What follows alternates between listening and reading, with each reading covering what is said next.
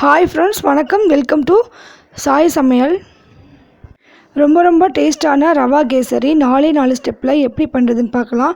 மொத்தமே 4 ஸ்டெப் தான், ரொம்ப ஈஸியாக பண்ணிடலாம். கேசரி எப்போயுமே இந்த மாதிரி மெத்தடில் பண்ணி பாருங்கள். சாப்பிட்றதுக்கும் ரொம்ப டேஸ்ட்டாக இருக்கும்.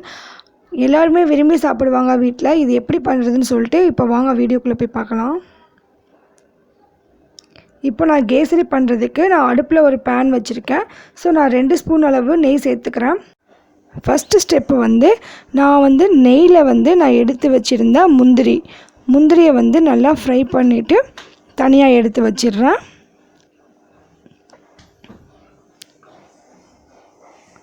அதுக்கப்புறமா அதே நெய்யில் நான் எடுத்து வச்சுருந்த கிஸ்மிஸ் பழத்தை போட்டு அதையும் நான் ஃப்ரை பண்ணி எடுத்து வச்சிடுறேன்.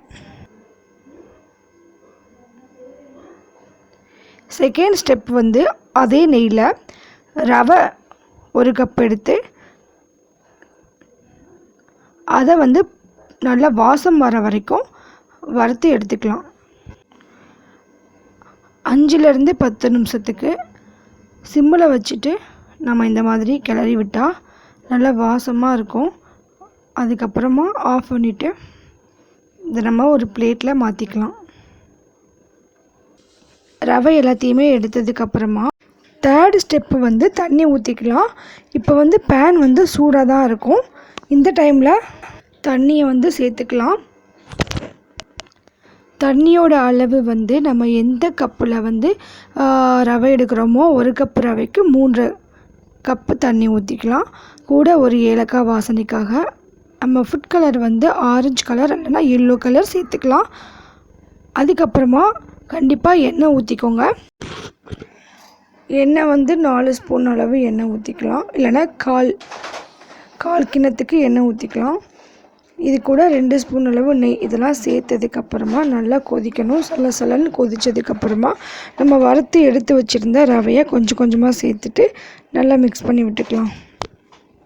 ரவை சேர்த்த உடனே 2 நிமிஷத்தில் ரவைலாம் தண்ணியில் ஊறி நல்லா கெட்டியாகிடும். அப்புறமா 4th ஸ்டெப்பு சீனி சேர்க்கணும். நல்லா கெட்டியாகட்டும். இந்த மாதிரி கெட்டியானதும் அப்புறமா நம்ம சீனி சேர்த்துக்கலாம். சீனி ஒரு 3/4 கப்பு.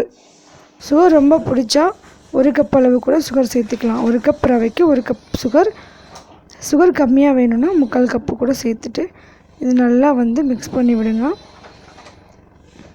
ரவை நல்லா வேகணும். நல்லா மிக்ஸ் பண்ணுங்கள். சீனி போட்டால் ஒரு 5லேருந்து 10 நிமிஷத்துக்கு சிம்மில் வச்சுட்டு கிளறிட்டே இருங்க. இந்த மெத்தடில் பண்ணிங்கன்னா ரவா கேசரி ரொம்ப டேஸ்ட்டாக இருக்கும். இப்போ சீனி போட்ட உடனே உங்களுக்கு பார்த்தா தெரியும் கொஞ்சம் தண்ணியாக இருக்கிற மாதிரின்னு. இதுக்கப்புறம் நம்ம கிளறிட்டே இருந்தால் ஒரு 10 நிமிஷம் கழித்து பார்த்தா தெரியும் நல்லா கெட்டியாயிடும். இப்போ 2 ஸ்பூன் நெய் சேர்த்துருக்கேன். நெய் சேர்த்துட்டு நல்லா மிக்ஸ் பண்ணிவிட்டு நான் வறுத்து வச்சுருந்த முந்திரி கிஸ்மிஸ் பழத்தை போட்டு நல்லா அடிப்பிடிக்க விடாமல் கிளறி விட்டுட்டே இருங்க. ஸோ அவ்வளோதான். ரொம்ப சுவையாக இது சாப்பிட்றதுக்கு அவ்வளோ டேஸ்ட்டாக இருக்கும். இந்த மாதிரி மெத்தடில் நீங்கள் செஞ்சிங்கன்னா போதும், கேசரி கொஞ்சம் கூட மிச்சமே இருக்காது. எல்லாத்தையும் சாப்பிட்டு காலி பண்ணிடுவாங்க. அந்த அளவுக்கு ரொம்ப ரிச்சான ஒரு டேஸ்ட் இருக்கும். இதே மாதிரி நீங்கள் வீட்டில் செஞ்சு பார்த்துட்டு எனக்கு சொல்லுங்கள். இந்த வீடியோ பிடிச்சிருந்தா மறக்காமல் சேனல் சப்ஸ்கிரைப் பண்ணிக்கோங்க. தேங்க்யூ.